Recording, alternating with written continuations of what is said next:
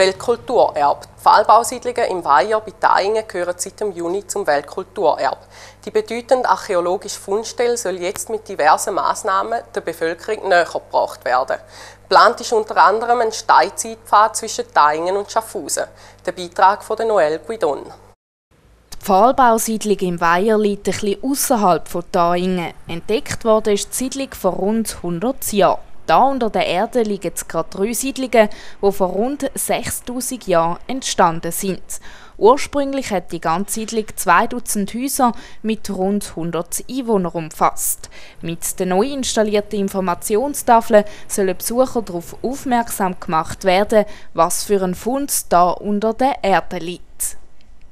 Es hat auf einer Tafel sehr viele Fotos, die eigentlich die Ausgrabungssituation zeigen, 1962, 1963, wo man sieht, wo man die Ausgrabungen gemacht hat, dass also da ganze Holzböden noch vollständig intakt vorhanden sind, wo man also die Dorfgassen sieht, sogar den Etter, den Zaun, der um die Siedlung gegangen ist, der Weg, der übers Moor dann auf die andere Seite, die Hochlecker durchführt. Also da kann man sich anschaulich zusammen mit dem Modell dann vorstellen, die Grabungssituationen.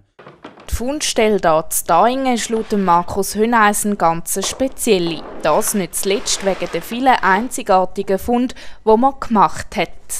Das Besondere an dieser Moorsiedlung Thaingen-Weiher ist, dass eben vor allem organische Materialien sich erhalten haben. Also wir haben einerseits eben die Holzböden, die Hölzer, die komplett erhalten im Boden gefunden worden sind. Und daneben sind natürlich alle Speisreste sind auch noch vorhanden. Also man hat Getreidekerne gefunden, sie finden Himbeerkerne, Brombeerkerne, es hat Haselnüsse, es hat aber auch andere, weniger anmächerliche Sachen, wie beispielsweise Geissenböllchen, also Exkremente, die sich erhalten haben in diesen Schichten.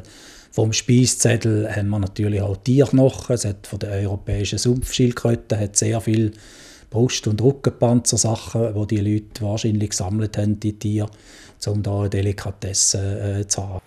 Die neuen Infotafeln an der Fundstelle im Weiher sollen den Anfang bilden für einen Steinzeitpfad, der zwischen Thaingen und Schaffhausen geplant ist. Im ganzen Tal sind gegen 20 so Fundstellen bekannt, aber wenn man da eine Wanderung macht, dann kommt man an diesen Stellen vorbei, aber man erfährt eigentlich nichts darüber.